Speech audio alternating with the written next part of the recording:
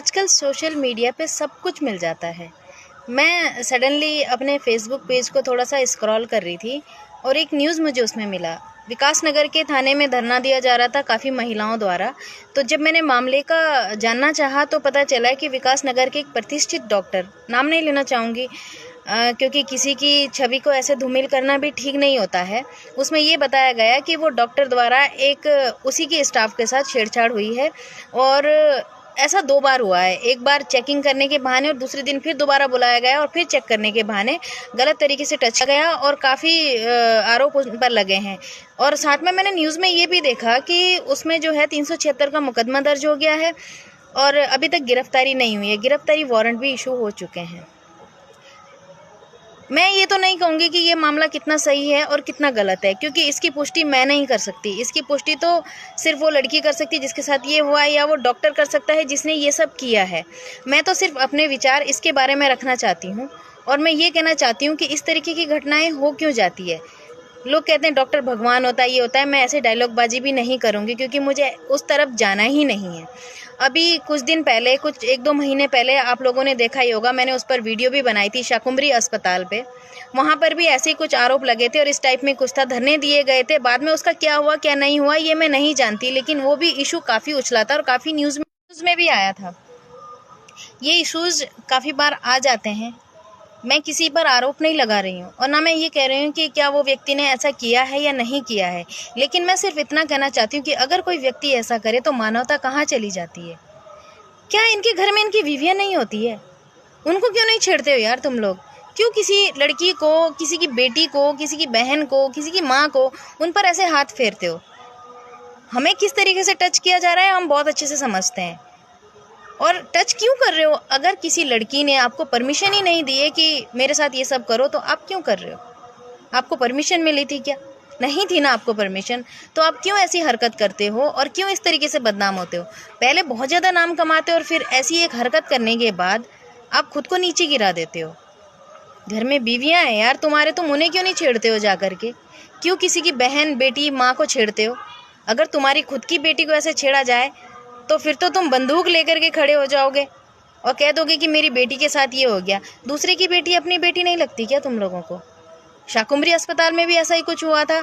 वहाँ पर तो उस जो डॉक्टर भी नहीं था, उसकी बीवी डॉक्टर थी, उसे प्रोटेक्ट करने के लिए आगे आती है और ना जाने किस किस तरीके की बयानबाजी कर रही थी। वो लड़की के चरित्र पे लांछन लगाने लग गई। खुद के पति को नहीं उसने देखा।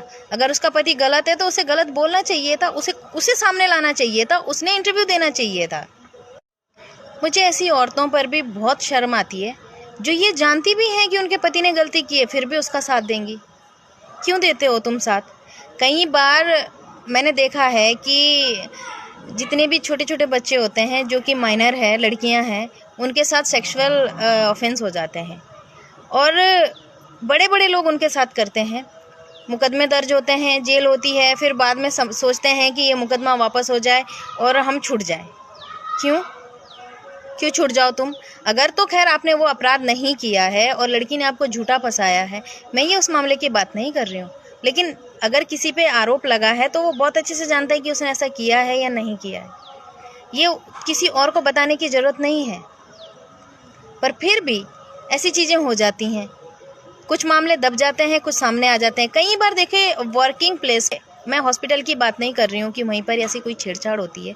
कुछ और भी वर्किंग प्लेसेस होते हैं जहाँ पर लड़कियाँ काम कर रही होती हैं और उनके बॉसेस द्वारा या किसी भी एम्प्लॉय द्वारा गलत तरीके से उन्हें टच किया जाता है, उन पर गलत कमेंट किए जाते हैं, लेकिन लड़कियां चुप रहती है ये समझ के कि यार आज जॉब करनी है, कहीं ऐसा ना हो बात को बढ़ा दूंगी तो मेरी भी बदनामी होगी, सामने वाले की बदनामी होगी। तो कई चीज़ें वो सोचती हैं, इसलिए वो आगे आकर के कभी ना मुकदमा दर्ज करती हैं ना शिकायत करती हैं, चुप रह जाती हैं। लेकिन कुछ लड़कियां हिम्मत वाली होती हैं जो मुकदमा भी दर्ज कर देती हैं और शिकायतें भी कर देती हैं।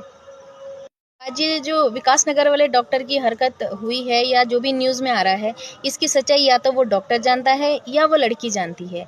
ये मैं नहीं जानती और मैं इसके बारे में मैंने पहले भी बताया, मैं कोई पुष्टि नहीं कर सकती। लेकिन मेरा सिर्फ इतना कहना है इस वीडियो के माध्यम से कि कोई भी व्यक्ति ऐसा क्यों करता है?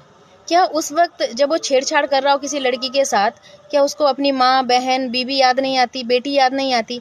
क्या उसे नहीं लगता है कि जिस तरीके से उसके शरीर को टच कर रहा है, अगर कोई दूसरा आदमी उसकी बेटी के शरीर को टच करेगा तो उसे कैसे लगेगा?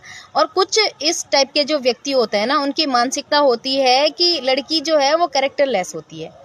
वो मेरी सारी बातें मान जाएंगी, लेकिन उसे ये नहीं पता होता कि कोई लड़कियां पलटकर जवाब भी दे सकती हैं। अगर कोई चुप रह रही है तो इसका मतलब ये नहीं है कि वो कैरेक्टरलेस है या वो गलत लड़की है। उसने आपको जवाब नहीं दिया, इसका मतलब उसने आपको कहीं ना कहीं माफ़ किया है और वो ये चाहती है कि आगे से उसके साथ आप ऐसी हरकत ना करें। अगर कोई लड़की ना कह रही है ना, तो आपको पता ही है नो मीन्स नो होता है।